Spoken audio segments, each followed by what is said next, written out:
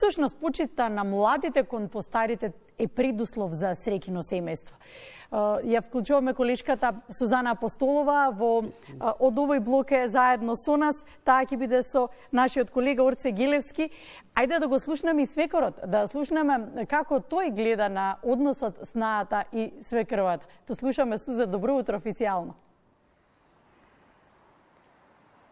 Добро утро, Јована, добро утро за тебе, гостинката во студиото и секако нашите гледачи кои што ја следат утринската програма. Многу убава тема која што сигурна сум дека го привлекува вниманието на гледачите, односите во семејството, релациите пред се меѓу снаата и свекрвата, но не смееме да го изоставиме и релацијата помеѓу свекорот и снаата, за кој што најчесто се вели дека се вообичаено или најчесто одлични. Зошто е тоа така, ќе го добијам одговорот од мојот колега Орце Гелевски. Орце, добро утро. Добро утро и за гледачите на македонската телевизија.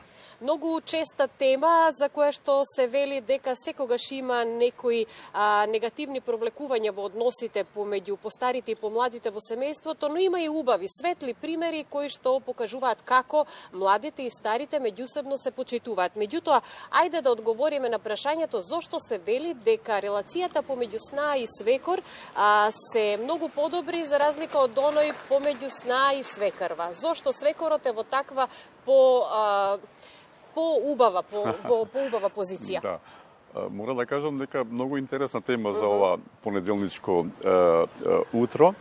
И интересна тема навистина затоа што многу ретко во нашата традиција и во нашите народни приказни се зборувало за таа релација свекор-сна.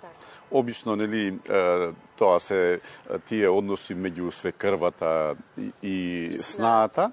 И нормално и во нашата комуникација секогаш, нели, свекрвата е таа која што се договара, преговара, разговара со снаите. И организираат обврските во домот и блиску се поврзани секојдневно. Но некогаш, нели, има одредени проблеми, недоразбирања и секогаш снаата е таа, односно свекрвата е таа која што е на удар. Свекорот е секогаш настрана. Укажува на работите, да. Настрана, не се меша многу во работите и свекорот е секогаш, нели, оној малку подобриот. Да. Меѓутоа, јас морам овде да истакнам дека во односите меѓу родителите и децата најчесто се вели мајките се поврзани со синовите, а додека татковците со керките. Па во случај кога можеби немате керка, имате синови, како во вашиот случај имате два прекрасни сина, ви недостасува керка, па тоа го надокнадувате преку снаите. Па се разбира, да, имам две прекрасни снаи. Мора да кажам дека имаме одлично разбирање, значи големо почитување од нивна страна, разбирање, значи две прекрасни снаи од нашите два сина. И 4 внуци. Нека ви се живи и здрави. Фала. И сега јас морам да ве прашам, каков свекор сте? Дали им помагате на вашите синови и снаи? Дали можеби нешто ви замеруваат тие вам, вие ним и во што најмногу се сложувате? Па тоа што е карактеристично кај нас е тоа што сите овие три фамилии живееме многу блиску. И во текот на неделата сме, би рекол, постојано заедно. Значи, ние сме тие кои што многу често ускокнуваме да им помогнеме околу врската со внуците. Значи, треба да се однесат во градинка, во школо, на оние додатни активности што ги имаат. Така да, многу често сме заедно, комуницираме, знаеме и во текот на неделата да седнеме и на неделен ручек и односите се, нели, навистина многу добри, но има и одредени, нормално во животот, има недоразбирања. Но сето тоа се надминува кога имате убава енергија и желба да се разберете и да се почитувате и помагате. Добро е што и за одредени проблеми секогаш разговараме отворено, и релација свекор со сна. Но одредени, би рекол, потешки теми, прво разговарам со синот, затоа што, нели, синот е многу поблизок со